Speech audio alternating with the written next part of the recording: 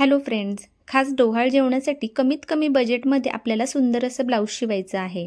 त्यासाठी आपण रेग्युलर जसं प्रिन्सेस कट ब्लाऊज शिवत असतो त्या पद्धतीने मी पुढचा भाग तयार करून घेतलेला आहे।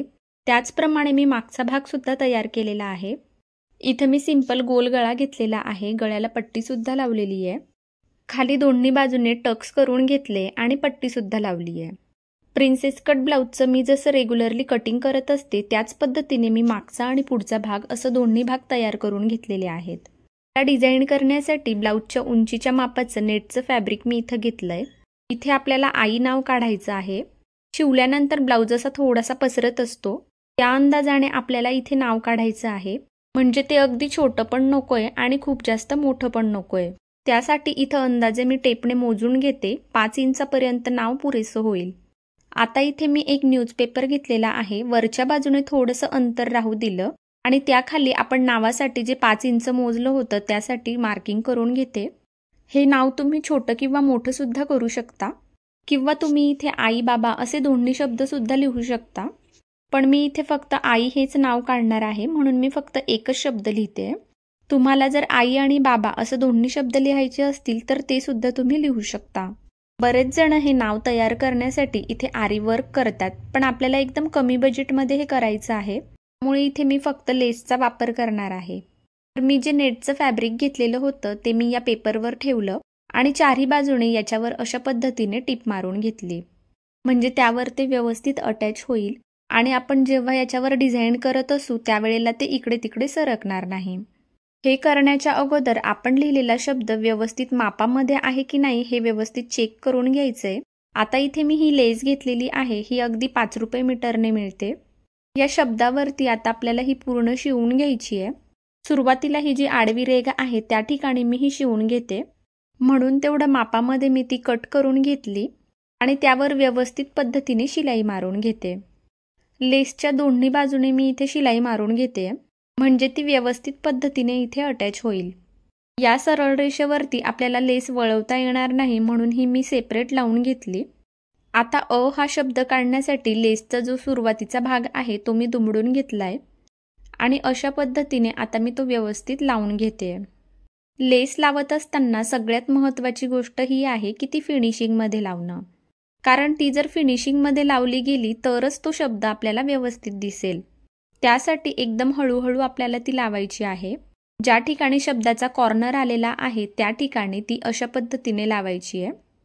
असं डाव्या हाताचा बोट मी त्याच्यावर ठेवला आणि त्यानंतर लेस वळवून घेते, म्हणजे अ अक्षराचे जे दोन्ही कर्व आहे ते व्यवस्थित आकारामध्ये आपल्याला दिसतील। लेस लावत असताना अजून एक महत्त्वाची गोष्ट म्हणजे जर तुम्ही ऑब्झर्व केलं असेल तर तुमच्या लक्षात येईल की इथे मी मशीनचं फूट हे वारंवार उचलते। आपण जेव्हाही असं वळणावळणाची शिलाई मारत असतो त्यावेळेला व्यवस्थित मशीनचं फूट उचलून घ्यायचं आणि हळूहळू शिलाई मारत घ्यायची। लेसच्या एका बाजूने शिलाई मारून झालेली आहे आणि आता मी दुसऱ्या बाजूने त्याला शिलाई मारते। मशीनचा स्पीड इथे मी खूपच स्लो ठेवलेला आहे आणि मशीनचं फूट सुद्धा वारंवार उचलते। तर इथे तुम्ही पाहू शकता ज्या प्रकारे मी पेनाने इथे अ चे कर्व काढलेले होते, लेस सुद्धा मी अगदी त्याच आकारामध्ये लावलेली आहे। लेसची जी सुरुवातीचं आणि शेवटचं टोक आहे त्या ठिकाणी मी ती दुमडून सुद्धा घेतलेली आहे, त्यामुळे या अक्षराला छान फिनिशिंग सुद्धा दिसते। सुरुवातीची जी आडवी लेस लावलेली होती त्याचे थोडेसे धागे निघालेले आहेत, ते व्यवस्थित फिनिशिंगमध्ये आता कट सुद्धा केले। वरच्या बाजूने आडवी लेस येणार आहे म्हणून मी वरतून दुमडली नाहीये। पेनाने जे अक्षर काढलेलं आहे त्या मापामध्ये मी लेस कट करून घेतली, खालच्या बाजूने ती व्यवस्थित दुमडून घेतली आणि आता शिलाई मारून घेते। एका साईडने शिलाई मारल्यानंतर दुसऱ्या साईडने सुद्धा मी लगेच शिलाई मारून घेणार आहे। याच पद्धतीने अ चा जो काना आहे त्या कानाला सुद्धा आपण लेस लावून घेणार आहोत। लेसचा जो वरचा भाग आहे त्या ठिकाणी आपण लेस थोडीशी शिल्लक जरी ठेवली तरी सुद्धा चालेल, पण ती कमी पडायला नको, कारण शिल्लक जर झाली तर ती आपल्याला कट करता येते, पण ती जर कमी पडली तर मग याला व्यवस्थित फिनिशिंग दिसणार नाही। आता ई काढण्यासाठी मी इथे वरचा जो कर्व आहे त्या ठिकाणापासून सुरुवात करते आणि ई अक्षराचा जो शेवटचा भाग आहे तिथपर्यंत ही लेस लावत येणार आहे। ई अक्षरावर वळणावळणाने लेस लावायला थोडंसं अवघड आहे, पण हळूहळू आणि व्यवस्थित जर शिलाई मारत घेतलं तर ते अजिबात कठीण नाहीये। कोणत्याही शब्दाचे जे कॉर्नर आहेत किंवा कर्वचा जो भाग आहे त्या ठिकाणी आपल्याला जर व्यवस्थित लेस लावता आली तर आपण कोणताही शब्द आणि कोणताही आकार व्यवस्थित फिनिशिंगमध्ये तयार करू शकतो। लेसची निवड करत असताना सुद्धा आपल्याला थोडीशी बारीक बघूनच लेस घ्यायची आहे आणि जी लेस वळायला थोडीशी सोपी असते अशीच घ्यायची आहे, कारण काही लेस थोड्याशा कडक असतात आणि मग ते आपल्याला वळवता येत नाही। लेसच्या ऐवजी ब्लाउजला लावण्याची जी नॉड असते ती नॉड सुद्धा आपण इथे वापरू शकतो किंवा डायमंडची जी लेस मिळते ती लेस सुद्धा आपण इथे वापरू शकतो। डायमंडमुळे सुद्धा या डिझाईनला लुक छान येतो। आता माझे दोन्ही शब्द तयार करून झालेले आहेत। इथे फक्त वरती आडवी आता रेघ राहिलेली आहे, तेवढ्या मापामध्ये इथे मी लेस कट करून घेतली आहे आणि दोन्ही साइडने ती फोल्ड सुद्धा केलेली आहे।